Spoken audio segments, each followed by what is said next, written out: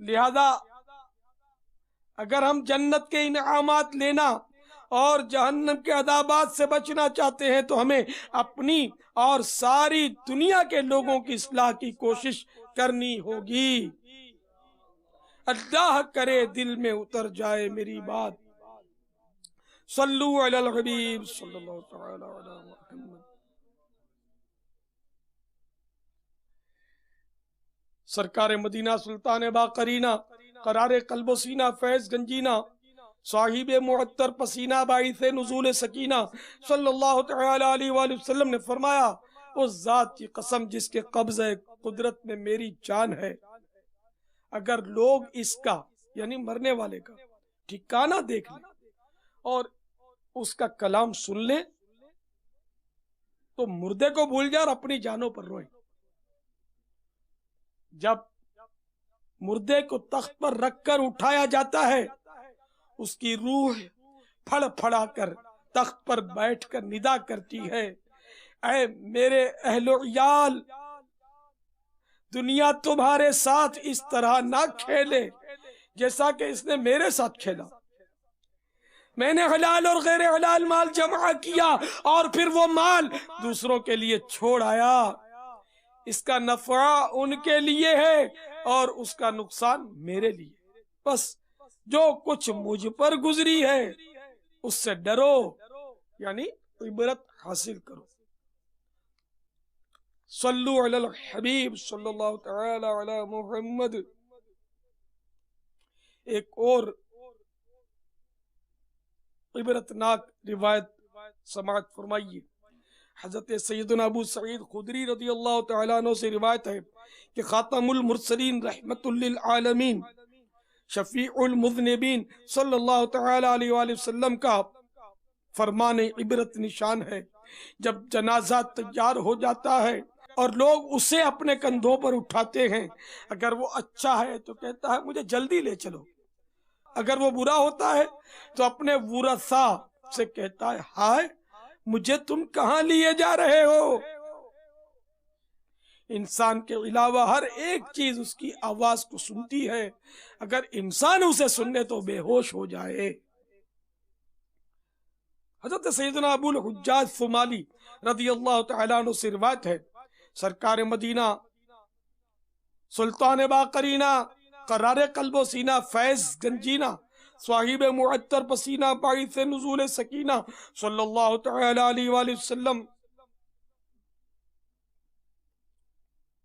کا ارشاد عبرت بنیاد ہے۔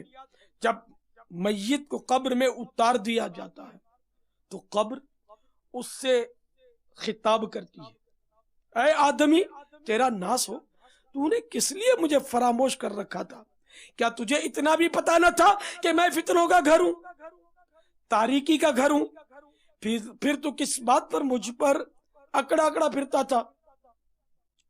اگر وہ مردہ نیک بندے کا ہو تو ایک غیبی آواز قبر سے کہتی ہے، اے قبر اگر یہ ان میں سے ہو جو نیکی کا حکم کرتے رہے اور برائی سے منع کرتے رہے تو پھر یعنی تیرا سلوک اس کے ساتھ کیا ہوگا؟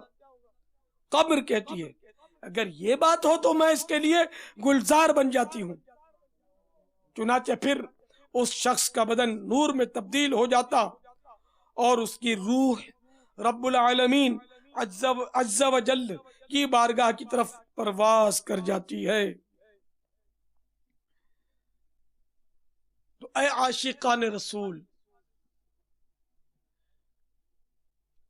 اے مدنی چینل کے ناظرین، اے پردے میں رہ کر سننے والی اسلامی بہنوں، سوچئے تو صحیح، اس وقت جبکہ قبر میں تنہا رہ گئے ہوں گے، گھبراہٹ طاری ہوگی، نہ کہیں جا سکتے ہوں گے، نہ کسی کو بلا سکتے ہوں گے، اور بھاگ نکلنے کی بھی کوئی صورت نہ ہوگی۔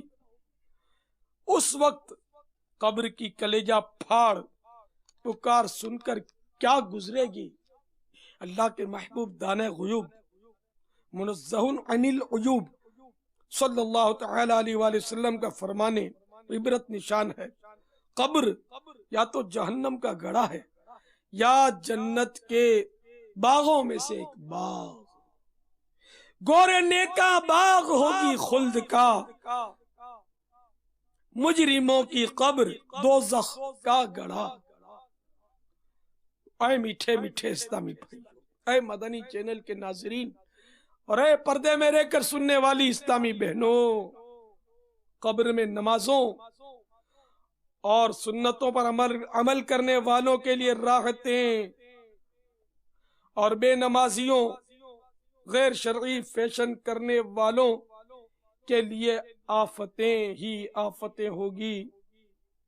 چنانچہ حضرت علامہ جلال الدین سیوطی شافعی علیہ رحمت اللہ القوی فرماتے ہیں، حضرت سیدنا عبید بن عمیر رضی اللہ تعالیٰ عنہ سے روایت ہے، قبر مردے سے کہتی ہے کہ اگر تو اپنی زندگی میں اللہ عز و جل کا فرما بردار تھا تو آج میں تجھ پر رحمت کروں گی، اور اگر تو اپنی زندگی میں اللہ عز و جل کا نافرمان تھا تو میں تیرے لیے عذاب ہوں۔ میں وہ گھر ہوں کہ مجھ میں نیک اور اطاعت گزار ہو کر داخل ہوا وہ مجھ سے خوش ہو کر نکلے گا، اور جو نافرمان و گناہگار تھا وہ مجھ سے تباہ حال ہو کر نکلے گا۔